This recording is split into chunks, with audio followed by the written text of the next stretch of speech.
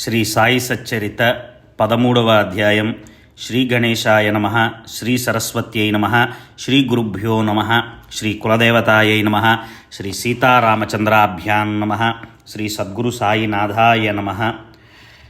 బాబా వచనాలు అతి చిన్నవిగా సూత్రాల వలె సంగ్రహంగా ఉన్నా అవి అర్ధ గాంభీర్యంతో గహనంగాను సమగ్రంగాను ఉండేవి. తత్వంలోని అర్థం లోతుగా గూఢంగా ఉండేది. వారి మాటలు ఎప్పుడూ నిరర్ధకం కావు. వారి అమూల్యంగాను సమతుల్యంగాను ఉండేవి అవి. ఇక పూర్వపరాల అనుసంధానంతో ఉండండి, లభించిన దానిని అనుసరించి ప్రవర్తించండి, ఎప్పుడూ తృప్తిగా ఉండండి, లేని దానికే చింతపడకండి. నేను ఇల్లు వాకిలి లేని ఫకీరును, ఏ బాధలు లేకుండా ఒకచోట స్థిరంగా కూర్చుని ఉన్నాను. అయినా తప్పించుకోలేని ఈ మాయ నన్ను కూడా తరచూ వేధిస్తోంది. నేను మరచిపోయినా అది నన్ను మరచిపోకుండా నిరంతరం పెనవేసుకుని ఉంది. అది హరి యొక్క ఆదిమాయ. బ్రహ్మాదులను కూడా ఎగరగొట్టేస్తుంది. దుర్భరుల ఫకీరుణ్ణి, దాని ముందు నేను ఏపాటివాడను. హరి ప్రసన్నుడైనప్పుడే అది విచ్ఛిన్నమవుతుంది. అఖండ హరిభజన లేకుండా మాయా నిరసనం కాదు అని బాబా మాయ యొక్క మహిమను భక్తులకు చెప్పిన దానిని నుండి నివృత్తి పొందటానికి భజన పద్ధతిని తెలియచేశాను. సత్పురుషులు నా సచేతన మూర్తులు. అవి కృష్ణ పరమాత్మ స్వయంగా ఉద్ధవునితో భాగవతంలో స్పష్టంగా చెప్పారు అని. ఇది తెలియని వారెవరు?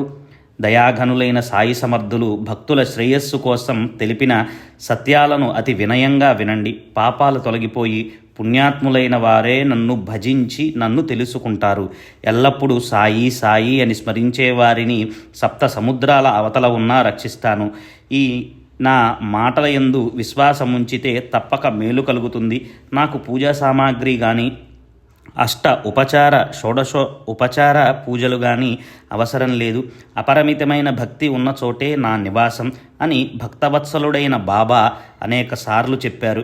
ఇప్పుడు వారి ప్రేమ వచనాలను స్మరించుకుంటే మనసుకు శాంతి, ఉపశమనం కలుగుతుంది. ఇలాంటి దయాళువు శరణాగతులను సంరక్షించే సాయి సఖులు భక్తుల సేవలను స్వీకరించి వారిపై చూపించిన విశేషాన్ని గ్రహించండి. చిత్తచాంచల్యం లేకుండా ఏకాగ్ర మనసుతో ఈ నూతన కథను సమగ్రంగా వింటే మీరు కృతకృత్యులవుతారు. సాయి నోటి నుండి వెలువడిన అమృత వృష్టియే మనకు పుష్టి తుష్టి కనుక తమ హితాన్ని కోరుకునేవారు షిరిడీలోని కష్టాలకు విసుగు చెందరు. గత అధ్యాయంలో బాబా ఒక అగ్నిహోత్రునికి బ్రహ్మీభూతులైన అతని గురువు యొక్క దర్శనాన్ని కలిగించి అతనికి ఆనందాన్ని కలిగించారు. బ్రహ్మీభూతులంటే శరీరాన్ని విడిచిపెట్టేసిన తరువాత అని. ఇప్పుడు ఈ అధ్యాయం అంతకంటే మధురమైనది. క్షయరోగంతో బక్కచిక్కి ఎండిపోయిన ఒక భక్తుని బాబా స్వప్నంలో శిక్షించి అతని ఆరోగ్యాన్ని ప్రసాదించారు. కల్మష దహనకారకమైన సాయినాథుని అద్భుత చరిత్రను భక్తులు సావధానంగా వినండి. ఇహపరాలకు సాధనమై పుణ్యపావనమైన ఈ చరిత్ర గంగాజలం వలె పవిత్రమైనది. దీనిని వినేవారు చెవులు ధన్యం. వారి దీనిని అమృతంతో పోల్చుదామంటే అమృతం ఎంతకంటే మధురంగా ఉంటుందా? అమృతం ప్రాణాన్ని రక్షిస్తుంది. ఈ చరిత్ర జన్మరాహిత్యాన్ని ఇస్తుంది. మేము శక్తి గలవారం, తలచుకున్నది ఏదైనా చేయగలం అని అనుకునేవారు ఈ కథలో వినాలి. నిజంగా జీవులు స్వతంత్రులే అయితే మరి అహోరాత్రులు సుఖాలకై శ్రమిస్తున్నారు, దుఃఖాలు మాత్రమే కలుగుతున్నాయి ఎందుకు? ఇది విధి విలాసం.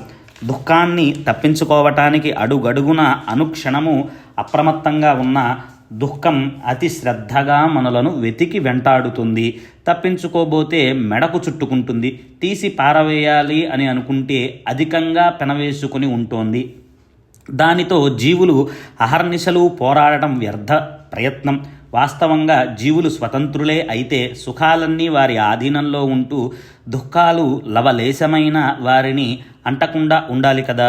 స్వతంత్ర బుద్ధితో ఎప్పుడూ పాపాలు చేయకుండా పుణ్యాలనే సమృద్ధిగా సంపాదించుకొని బాగా సుఖాలనే పొందాలి కదా. కానీ జీవుడు స్వతంత్రుడు కాదు. కర్మతంత్రం అతని వెంటనే ఉంటుంది. దాని లీల విచిత్రం. జీవులు కర్మ చేతిలో కీలుబొమ్మలు. పుణ్యకర్మలను చేయాలనే ఉద్దేశమున్నా పాదాలు పాపం వైపు లాక్కెళ్తూ ఉంటాయి. ఏ సత్కర్మలు చేయాలి అని వెతుక్కుంటుంటే దుష్కర్మలు ఎదురవుతాయి. పూణే జిల్లాలో జున్నార్ తాలూకాలో నారాయణగాం అనే ఊరికి భీమాజీ పటేలు. ఇప్పుడు అమృత రసం వంటి అతని కథను వినండి. భీమాజీ ఇల్లు సకల సుఖాలలో సంపదలలో ఉండేది. అతను వచ్చిపోయే వారికి భోజనం పెట్టేవాడు. ఎప్పుడు ఏ బాధ లేక ఎల్లప్పుడూ ప్రసన్న మనసుతో ఉండేవాడు. విధి యొక్క విలక్షణమైన సంయోగం మేలు కానీ కీడు కానీ మనసుకు తెలియకుండానే జరుగుతాయి. కర్మ యొక్క పర్యవసానం లేని రోగాలు పుట్టుకు వస్తాయి. క్రీస్తు శకం 1909వ సంవత్సరం దురదృష్టం భీమాజీని పీడించటంతో కఫక్షయ రోగోద్భవం వలన జ్వరం కూడా పుట్టుకొచ్చింది. భరించలేని దగ్గుతో జ్వరం కూడా అధికమవసాగింది. రోజురోజుకు బాధ ఎక్కువ కాగా భీమాజీ నిరాశ చెందాడు. నోటి నుండి ఎప్పుడూ కఫం, రక్తం గడ్డలు పడటం ఎక్కువ కాసాగింది. కడుపులో నొప్పి, ఆ బాధకు ప్రాణం గిలగిలలాడేది. అలా భీమాజీ బాధతో పక్కను అంటుకుని పోయాడు. శరీరం చిక్కి ఎండిపోయింది. ఎన్నెన్నో ఉపాయాలు చికిత్సలు అయ్యాయి. అతనికి అత్యంత విరక్తి కలిగింది. అన్నపానీయాలేవి రుచించటం లేదు. పద్యమాహారం కూడా జీర్ణమయ్యేది కాదు. అటువంటి అస్వస్థత కారణంగా ఏమీ తోచక అతని పరిస్థితి సహించలేనిదిగా తయారైంది. దేవీ దేవతలకు పూజోపచారాలు జరిగాయి. వైద్యులు డాక్టర్లు చేతులు వేలాడేశారు. బ్రతుకుతున్నానన్న ఆశపై నీళ్లు వదులుకుని భీమాజీ దుఃఖంలో మునిగిపోయాడు. ఇక బ్రతికేది కొద్ది రోజులేనని పటేలు మనసులో బాధపడసాగాడు. బాగా క్షీణించిపోయి విసుగుతో రోజులు గడిపేవాడు. తను ఆరాధించే కులదేవతకు తనకు ఆరోగ్యాన్ని ఇవ్వలేదు. జ్యోతిష్కులు భూతవైద్యులు సంప్రదించి విసిగిపోయాడు. ఒకరు ఇది శరీరానికి సంబంధితమైన వ్యాధి అని అన్నారు. దైవఘటన వలన కలిగిన పూర్వకర్మ ఫలితం కనుక మానవ ప్రయత్నం ఉపయోగపడదని కొందరన్నారు. డాక్టర్లయ్యారు, హకీములయ్యారు, అనేకుల చికిత్సలు చేసి అలసిపోయారు. ఎవరిది ఏది ఉపయోగపడటం లేదు. అందరి ప్రయత్నాలు విఫలమయ్యాయి. పటేల్ బాగా నిరాశ చెందాడు. దేవా, నేను ఎలాంటి పాపం చేశాను, ఏదీ ఉపయోగపడటం లేదు అని అనుకునేవాడు. దైవం ఎంత విచిత్రం! సుఖాలను అనుభవించేటప్పుడు ఒక్క క్షణమైనా తన స్మరణను కలుగనివ్వడు. అతని లీల ఆశ్చర్యకరం. తనకు కష్టం వచ్చినప్పుడు నానా కష్ట పరంపరలను పంపి నారాయణ పరుగునరా అని తన స్మరణ చేయించుకుంటాడు. పటేలు తప్పించిపోతూ చేసిన ఆర్తనాదాన్ని విని దేవుడు వెంటనే కరిగిపోయాడు. భీమాజీకి నానా సాహెబ్ ఉత్తరం రాయాలని బుద్ధి పుట్టింది. ఇతరులెవరూ చేయలేని దానిని నానా ఎలాగైనా చేయగలడని అతనికి పూర్తి విశ్వాసం. అదే శుభశకునమై రోగోపశమనానికి కారణమైంది. తర్వాత అతడు నానాకు సవిస్తరంగా ఉత్తరం రాసి పంపాడు. నానా సాహెబ్ స్మరణ కలగటం సాయినాథుని ప్రేరణే. అదే రోగ నివారణకు కారణభూతమైంది.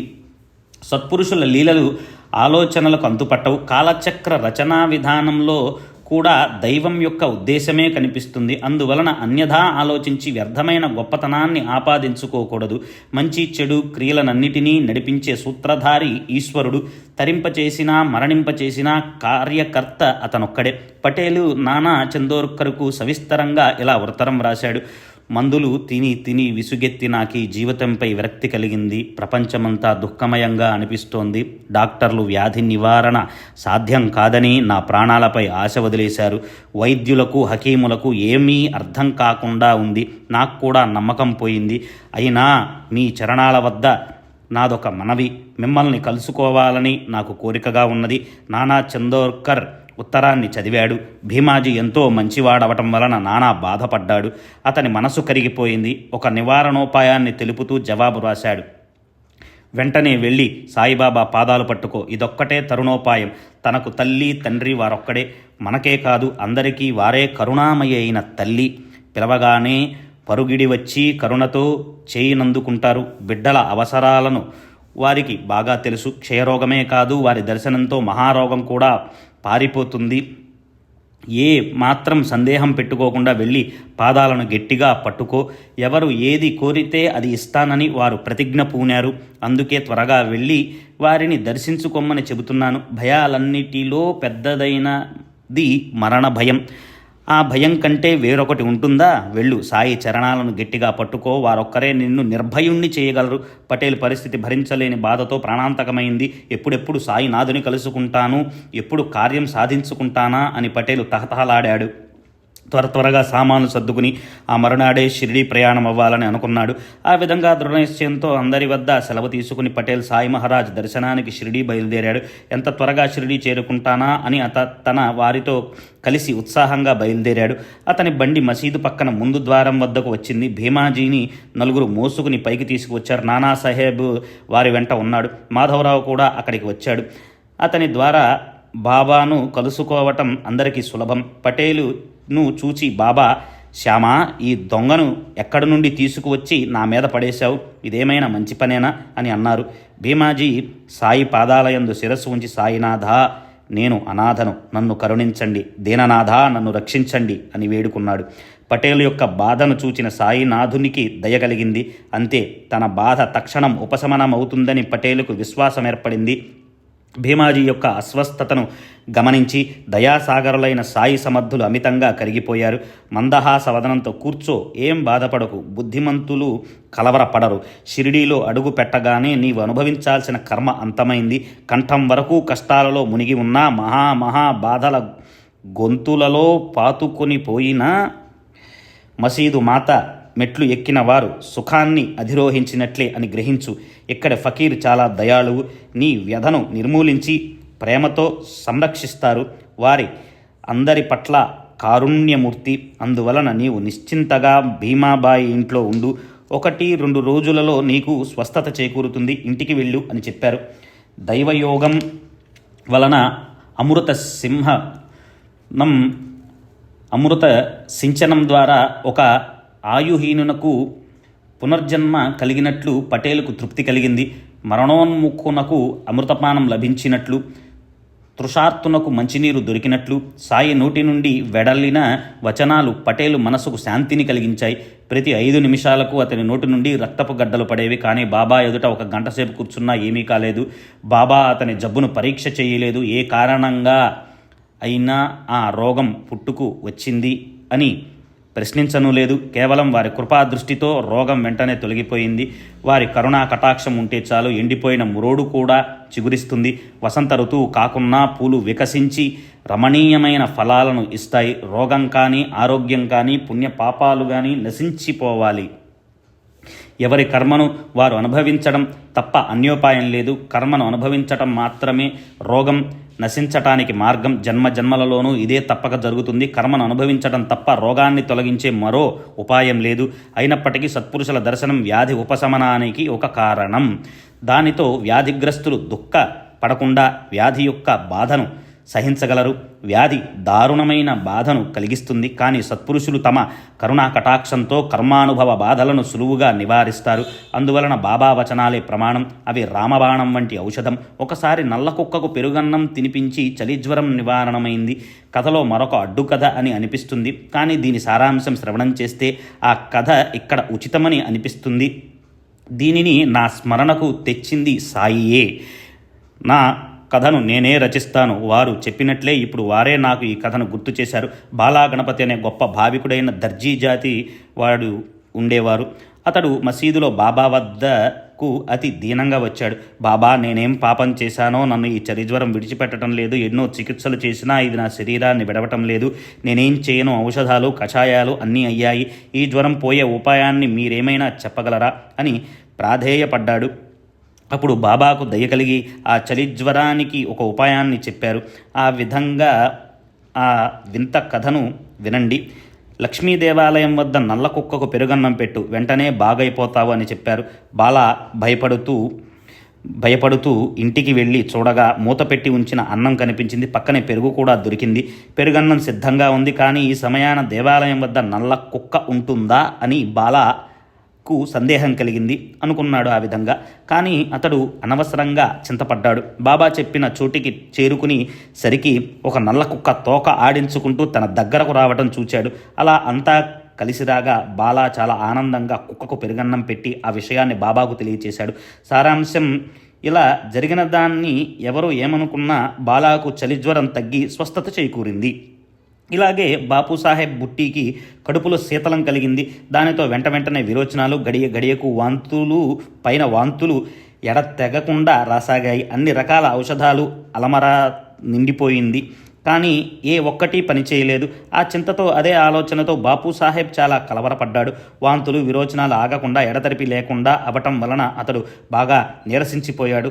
అలవాటు ప్రకారం రోజు బాబా దర్శనానికి వెళ్ళటానికి అతనికి శక్తి లేకపోయింది. ఈ వార్త బాబా చెవికి నక్కు సోకింది. బుట్టీని రప్పించి తమ ఎదుట కూర్చోబెట్టుకున్నారు. ఖబర్దార్, ఇక నుండి మల విసర్జనానికి వెళ్ళకూడదు, ఇక వాంతులు కూడా ఆగిపోవాల్సిందే అని అన్నారు. చూపుడు వ్రేలితో అతని ఉద్దేశించి మరలా అట్లాగే అన్నారు. తాత్పర్యం, వారి వచనాల దెబ్బ ఎలాంటిదో కానీ 2 వ్యాధులు పారిపోయి బుట్టి ఆరోగ్యం బాగుపడింది. ఒకసారి ఊళ్ళో కలరా వ్యాధి వచ్చింది. ఆ ఉపద్రవంలో బుట్టీకి ఎడతెరిపి లేని వాంతులు, విరోచనాలు, దప్పికతో అతని ప్రాణం విలవిలలాడిపోయింది. అతని దగ్గరే ఉన్న డాక్టర్ పిళ్ళే అన్ని ప్రయత్నాలు చేశాడు, కానీ అవేవీ ఫలించలేదు. చివరకు బాబా వద్దకు వెళ్ళారు.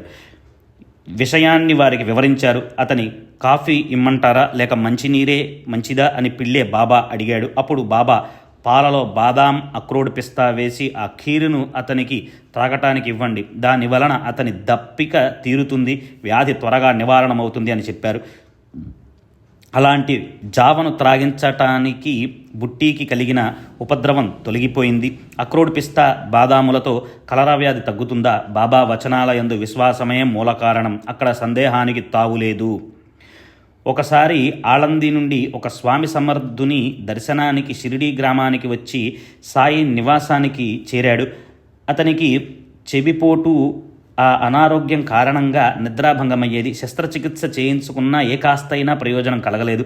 భరించలేని చెవిపోటు వచ్చింది. నివారణోపాయాలు పనికిరాలేదు. అక్కడి నుండి బయలుదేరి వెళ్లాలని తలచి సాయి ఆశీర్వాదం కొరకు వెళ్ళాడు. వారి పాదాలకు అభివందనం చేసి బాబా విభూది ప్రసాదాన్ని తీసుకుని మీ కృప ఎప్పుడూ ఉండాలి అని స్వామి సాయి ఆశీస్సులను కోరాడు. ఆ స్వామి యొక్క చెవిపోటు గురించి మాధవరావు దేశపాండే బాబాతో మనవి చేశాడు. అల్లా అచ్చా కరేగా, అల్లా మంచి చేస్తాడు అని మహారాజ్ ధైర్యాన్నిచ్చారు. అలా సాయి ఆశీస్సులను అందుకుని స్వామి పూణే పట్టణం వెళ్ళాడు. వారం రోజులకల్లా అతని చెవిపోటు తగ్గిపోయింది. ఉత్తరం రాశాడు. వాపు తగ్గనందువలన మరల శస్త్రచికిత్స చేయించుకోవాలని తిరిగి ముంబై వెళ్ళాడు. మరలా అదే డాక్టర్ చెవిని పరీక్షించి వాపు ఎక్కడా కనిపించటం లేదు, ఇక శస్త్రచికిత్స అవసరం లేదని డాక్టర్ చెప్పారు. దానితో స్వామి యొక్క చింత తొలగిపోయింది. అందరికీ ఆశ్చర్యం కలిగింది. ఇలాంటిదే మరొక కథ ప్రసంగవశాత్తు గుర్తుకు వచ్చింది. దానిని చెప్పి ఈ అధ్యాయాన్ని త్వరగా ముగిస్తాను. మసీదు యొక్క సభామండపంలో నేల పని ఆరంభించడానికి 8 రోజుల ముందు కాకా మహాజని దుర్భరమైన అజీర్ణ వ్యాధి, దాని వలన విరోచనాలు అధికంగా అవసాగాయి. తన భారాన్ని బాబాపై వేసి ఏ ఔషధాలను తీసుకోలేదు, ఏ చికిత్స తీసుకోలేదు. అతడు చాలా విసుగెత్తిపోయాడు. సాయి పూర్ణ అంతర్జ్ఞాని అని మహాజనికి తెలుసు. అందువలన తన అస్వస్థత గురించి బాబాకు చెప్పలేదు. బాబా తలచుకున్నప్పుడు వారే వ్యాధిని నివారిస్తారని పూర్తి విశ్వాసంతో వ్యాధిని సహిస్తూ ఉన్నాడు. కర్మ ఫలితాన్నంతా అనుభవించాల్సిందే, కానీ తనకు పూజలో ఏ ఆటంకం కలగకూడదు అని కాకా ఎప్పుడూ కోరుకునేవాడు. విరోచనాలు ఎడతెరిపి లేకుండా అవుతున్నందువలన వాని వలన హారతి సేవ తప్పిపోకుండా ఏం చేశాడంటే, చెంబులో నీరు నింపి చీకట్లో కూడా చేతికి అందేలా మసీదులో ఒక మూల ఉంచాడు. తను బాబా వద్ద చరణ సంవాహన చేస్తూ కూర్చునేవాడు. హారతి హాజరయ్యేవాడు. రోజు ఇలాగే జరిగేది. కడుపులో కదలిక కలగగానే చేతికి అందుబాటులో ఉన్న చెంబును పుచ్చుకుని ఏకాంత స్థలానికి వెళ్ళి నిర్మలుడై తిరిగి వచ్చేవాడు. నేల పని ప్రారంభించడానికి తాత్యా బాబాను ఆజ్ఞ వేడగా వారు అతనితో ఏమన్నారో వినండి. మేము లేండీకి వెళ్ళి తిరిగి వచ్చాక ఈ నేల పని ప్రారంభించండి అని. తర్వాత బాబా లేండి నుండి తిరిగి వచ్చి వెళ్ళి తమ ఆసనంపై కూర్చున్నారు. ఆ సమయానికి సరిగ్గా కాకా వచ్చి బాబా పాద సంవాహన మొదలుపెట్టాడు. కోపరగాం నుండి వచ్చిన టాంగాలో ముంబై నుండి భక్తులు వచ్చారు. పూజా సామాగ్రితో పైకి వెళ్ళి బాబాకు అభివందనం చేశారు. ఇతర భక్తులతో పాటు అంధేరి నుండి పటేల్ కూడా వచ్చి పూజ కోసం పుష్పాలను, అక్షతలను పట్టుకుని ఎదురు చూస్తూ కూర్చున్నారు. ఇంతలో క్రింద ప్రాంగణంలో రథాన్ని ఉంచే చోట గుణపంతో త్రవ్వుతూ నేల పని మొదలైంది. ఆ శబ్దాన్ని విన్న వెంటనే బాబా విచిత్రంగా కేకలు వేశారు. వెంటనే కళ్ళను భయంకరంగా పెద్దవిగా చేసి తక్షణం నృసింహావతారాన్ని దాల్చారు. ఎవరు గుణపంతో త్రవ్వుతున్నారు, వారి నడుం విరక్కొట్టతానంటూ సటకా పుచ్చుకుని లేచేసరికి అందరూ భయపడిపోయారు. గుణపాలను పారవేసి పనివాళ్లు పరుగులు తీశారు. కాకా కూడా బెదిరిపోయి లేచి పరిగెడుతుంటే బాబా అతని చేతిని పట్టుకుని ఎక్కడికి వెళుతున్నావు, కూర్చో అని అన్నారు. ఇంతలో తాత్యా, లక్ష్మి వచ్చారు. వారిపై కూడా బాబా ఇష్టం వచ్చినట్లు తిట్లను కురిపించారు. ప్రాంగణం బయట ఉన్న గుంపును బాగా తిట్టారు. ఇప్పుడు అక్కడ పడి ఉన్న వేయించిన వేరుశనగ పప్పు సంచిని అందుకున్నారు. బాబా కోపావేశంలో ఉన్నప్పుడు భయభీతులై నలుదిక్కులకు పరుగెత్తిన వారెవరిదో ఆ సంచి మసీదులో పడిపోయింది. దానిలో బాగా సేరు గింజలు ఉంటాయి. వానిని పిడికెడుగా బయటకు తీసి చేతిలో నలిపి పొట్టు ఊదేసి శుభ్రం చేసి వానిని మహాజనికి తినటానికి ఇచ్చారు. అలా ఒకవైపు తిడుతూనే మరోవైపు గింజలు నలపటం. శుభ్రమైన గింజలు అతని చేతిలో పోసి తినేసేయి అని అంటూ కొన్ని తాము నోట్లో వేసుకుంటూ అలా సంచిని ఖాళీ చేశారు. గింజలన్నీ అయిపోయాక నాకు దాహం వేస్తూ ఉంది, నీరు తీసుకొనిరా అని చెప్పారు. కాకా చెంబు నిండా నీరు తేగా తాము స్వయంగా తాగి అతనిని త్రాగు అని చెప్పారు. కాకా నీరు త్రాగి తర్వాత నీ మలద్వారం మూసుకుంది. ఆ బ్రాహ్మణులు ఎక్కడ చచ్చారు, వాళ్ళు వెళ్ళి వారిని పిలుచుకునిరా అని అన్నారు. తర్వాత భక్తులు వచ్చారు. మసీదు మరల ఎప్పటి వల్లనే నిండిపోయింది. నేలపని మరల ఆరంభమైంది. కాకా విరోచనాలు ఆగిపోయినాయి. విరోచనాలకు ఇదేం ఔషధం? సత్పురుషుల వచనాలే అసలైన ఔషధం. వారిచ్చినది ప్రసాదంగా గ్రహిస్తే దానికంటే శ్రేష్టమైనది మరొకటి లేదు. వారి వచనాలను అనుగ్రహంగా భావిస్తే వేరే ఔషధాలు అవసరం ఉండవు. హర్దా పట్టణంలో ఒక గృహస్థుడు కడుపులో శూలవ్యాధితో 14 ఏళ్లు బాధపడ్డాడు. సమస్త ప్రయత్నాలు చేశారు. అతని పేరు దత్తోపంత్. షిరిడీలో సాయి మహాత్ములు దర్శనంతో కష్టాలు నివారిస్తారని ఆ నోట అనగా విన్నాడు. వారి కీర్తిని విని షిరిడీ వెళ్ళాడు. సాయి చరణాలకు వందనం చేసి వారిని కరుణించమని ప్రార్థించాడు. బాబా, ఈ కడుపు శూల నా వెంట పడి 14 ఏళ్లు నిండాయి. దీనికి పరమావధి అయింది. ఇక ఇది చాలు. ఈ బాధను అనుభవించే శక్తి నాకు ఇంకా లేదు. నేనెవరినీ హింసించలేదు, తల్లిదండ్రులను అవమానించలేదు, పూర్వజన్మలో ఏం చేశానో గుర్తులేదు. నాకు ఈ కష్టం వచ్చింది అని దుఃఖించసాగాడు. సత్పురుషులు ప్రేమావలోకనం, వారి ఆశీర్వచనం, వారి ప్రసాదం మాత్రంతో వ్యాధి నిరసనమవుతుంది. వేరే ఇంకేమీ అవసరం లేదు. అటువంటిదే దత్తోపంత్ అనుభవం. బాబా అభయహస్తం అతని షిరిడీ పయనం. బాబా అభయహస్తం అతని శిరస్సున పడి వారి ఆశీర్వాదం, విభూది, ప్రసాదం లభించగానే అతని మనసు శాంతి కలిగింది. సాయి మహారాజ్ అతన్ని కొన్ని రోజులు అక్కడే ఉంచేసుకున్నారు. క్రమక్రమంగా అతని కడుపు శూల బాధ పూర్తిగా నివారణమైంది. ఇటువంటి మహానుభావుని ప్రభావాన్ని నేను ఎంతని వర్ణించను. ఇతరులకు ఉపకారం చేయటమే కానీ వారి నిత్య స్వభావం, చరాచరాలలో వారికి సద్భావమే. వారి లీలలు స్తుతించాలన్నా గానం చేయాలి అన్నా ఒకటి కంటే మరొకటి విచిత్రం. ఇప్పుడు పూర్వ కథానుసంధానం, మరల భీమాజీ చరిత్ర. బాబా విభూతిని తెప్పించి కొంచెం భీమాజీకి ఇచ్చి కొంచెం అతని నుదుట రాసి అతని శిరస్సుపై తమ హస్తాన్ని ఉంచారు. బసకు వెళ్ళటానికి ఆజ్ఞ ఇచ్చారు. పటేల్ బండి వరకు తనే నడుచుకుంటూ వెళ్ళాడు. అతనికి హుషారుగా ఉన్నట్లు అనిపించింది. అతని కోసం నియమించిన స్థలానికి వెళ్ళాడు. ఆ స్థలం ఇరుకుగా ఉంది. అయినా అది బాబాయే స్వయంగా సూచించిన స్థలం. అందుకే దాని మహత్వం. దిమ్మెసతో అప్పుడే సమతలంగా చదును చేసిన నేల చెమ్మగా ఉంది. అయినా బాబా ఆజ్ఞను శిరసావహించి భీమాజీ అక్కడే తన వసతిని ఏర్పరచుకున్నాడు. భీమాజీకి ఊళ్ళో తెలిసినవారు ఎంతోమంది ఉన్నారు. పొడిగా ఉన్న స్థలం లభిస్తుంది. కానీ బాబా స్వయంగా చెప్పిన స్థానాన్ని వదిలి వేరే స్థలాన్ని చూచుకోలేడు కదా. అక్కడే 2 గోనె పట్టాలు పరుచుకుని వానిపై పరుపు వేసుకుని పటేల్ నిశ్చింతగా శయనించాడు. ఆ రోజు రాత్రి అతనికి కలవచ్చింది. బాల్యం నాటి మాస్టారు వచ్చి అతన్ని కొట్టసాగారు. పద్యం కంఠస్థం చేయడానికి చేతిలో ఒక బెత్తం పుచ్చుకొని బాగా దెబ్బలు కొడుతూ అతని వీపు చితకబాదారు. అలా శిష్యునికి చాలా కష్టాలు పెట్టారు. ఆ పద్యాన్ని తెలుసుకోవాలని శ్రోతలు చాలా కుతూహలం పడుతున్నారని ఆ పద్యాన్ని అక్షరం శాంతం చెబుతున్నాను. పద్యం: పరుల గృహాలలో పాదం పెట్టడం, పాము తలపై పాదం మోపటమని భావించే స్త్రీ, లోభి చేతి నుండి అతి కష్టంగా రాలే డబ్బులా అతి తక్కువగా మాట్లాడే స్త్రీ, ఇంట్లో డబ్బు లేకపోయినా పతి సహచర్యాన్ని సుఖంగా భావించే స్త్రీ, తన పతి కోరిన విధంగా ప్రశాంత మనసుతో ప్రవర్తించే స్త్రీ, ఈ స్వభావం కల స్త్రీయే నిజమైన సతి. ఈ శిక్ష ఎందుకొరకు అన్న విషయం ఏమీ అర్థం కాలేదు. ఎంతో పట్టుదలతో మాస్టారు బెత్తం వదలటం లేదు.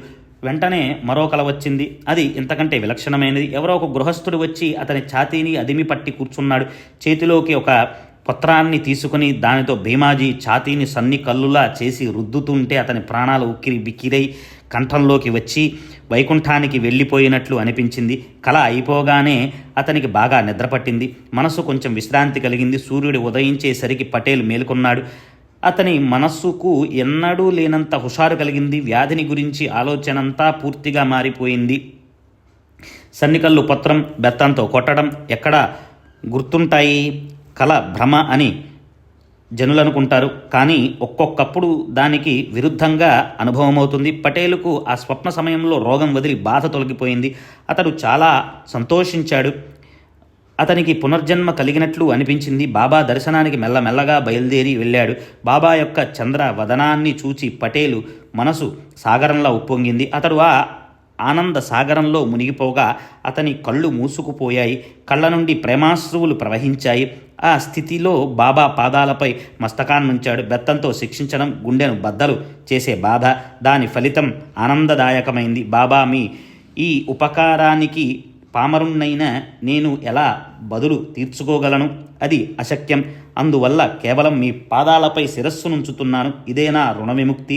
ఇంతకంటే వేరే ఉపాయం లేదు. సాయి, మీ లీలలు అతర్క్యం, ఆలోచనలకు అందనివి అని బాబా కీర్తిని గానం చేస్తూ అక్కడ నెల రోజులున్నాడు. ఆ తర్వాత నానా ఉపకారాన్ని స్మరించుకుని కృతార్థుడే తిరిగి వెళ్ళిపోయాడు. పటేల్ బాబా యందు భక్తి శ్రద్ధలు కలిగి వారి కృపకు కృతజ్ఞపూర్వకంగా ఆనందంతో నిండిన మనసుతో తరచూ షిరిడి వచ్చేవాడు. సాయినాథునికి 2 చేతులు, ఒక తల, అనన్య శ్రద్ధావిశ్వాసాలు ఇవి చాలు. వేరే ఏమీ అవసరం లేదు. కానీ కృతజ్ఞత మాత్రం తప్పక ఉంచాలి. కష్టాలలో చిక్కుకున్న వారెవరైనా సత్యనారాయణ స్వామి మొక్కుకుని ఆపదల నుండి బయటపడేమని సత్యనారాయణ వ్రతాన్ని సాంగోపాంగంగా ఆచరిస్తారు. అట్లే పటేలు సాయి సత్యవ్రతం చేయసాగాడు. ప్రతి గురువారం శుభ్రంగా స్నానం చేసి విధి పురస్సరంగా వ్రతాన్ని చేసేవాడు. జనులు సత్యనారాయణ కథలు చెబుతారు. పటేలు దాసగను రచించిన అర్వాచీన భక్త లీలామృతంలోని సాయి చరితాన్ని ప్రేమపూర్వకంగా చదివేవాడు. 45 అధ్యాయాలున్న ఈ గ్రంథంలో దాసగను అనేక భక్తుల గురించి గానం చేశాడు. వానిలో సాయినాథుని గురించి 3 అధ్యాయాలు ఉన్నాయి. ఇవి సాయి సత్య వ్రత కథలు. వ్రతాలలో ఉత్తమమైన ఈ వ్రతం పటేలు ఈ 3 అధ్యాయాలను చదివేవాడు. అలా అతడు అపరిమితమైన సౌఖ్యాన్ని పొందాడు. అతని మనస్సుకు ప్రశాంతి కలిగింది. ఆప్తులు, బంధుమిత్రులు సహితంగా ఆనందభరితంగా మనసుతో నియమంగా సాయి సత్య వ్రతాన్ని ఆచరించేవారు. పూజా పద్ధతిని, నైవేద్యం మొదలైన అన్నీ అదే పద్ధతి ప్రకారమే. ఇక్కడ సత్యనారాయణుడు, ఇక్కడ సాయినారాయణుడు, రెండిటికి ఏదీ తక్కువ కాదు. దీనిని పటేలు ప్రవేశపెట్టాడు. ఇది ఊరిలో పరిపాటి అయింది. సాయి సత్యవ్రతం పరంపరగా వాడుకలోకి వచ్చింది. భాగ్యం ఉంటే దయామయులైన ఇటువంటి సత్పురుషులు తమ దర్శనంలో ప్రపంచంలోని దుఃఖాలను హరించి వేస్తారు. వారు కాలాన్ని వెనక్కు తీసుకుని వెళ్ళగలరు. ఇక తరువాతి కథలో ఒకరి సంతాన చింత వర్ణన. దీనిలో సత్పురుషులలోని ఏకాత్మత చమత్కారం ప్రకటమవుతుంది. నాందేడు పట్టణ నివాసి పార్సీ జాతీయుడైన ఒక గొప్ప శ్రీమంతుడైన అతనికి బాబా ఆశీర్వాదం లభించి పుత్ర సంతానం కలగటం, మౌల్వీ సాహెబ్ అనే సాధువు గురించి బాబా సూచించడం, పార్సీ వ్యక్తి ఆనందంతో తన గ్రామానికి వెళ్ళి పోవటం. అత్యంత ప్రేమపూరితమైన ఈ కథను శ్రోతలు శాంతచిత్తులై వినండి. సాయి యొక్క వాత్సల్యం, వారి సర్వ వ్యాపకత్వం తెలుస్తాయి. హేమాడ్ పంత్ సాయి శరణు జొచ్చి తర్వాతి అధ్యాయాన్ని శ్రద్ధగా శ్రవణం చేయండి అని వేడుకుంటున్నాడు. సాధువులకు, శ్రోతలకు నమస్కరిస్తూ ఉన్నాడు. స్వస్తి శ్రీ సంత సజ్జన ప్రేరితము భక్త హేమాడ్ పంత్ విరచితము అయిన శ్రీ సాయి సమర్థ సచ్చరితంలో భీమాజీ క్షయ నివారణమన్న 13వ అధ్యాయం సంపూర్ణం. శ్రీ సద్గురు సాయినాథార్పణమస్తు. శుభం భవతు.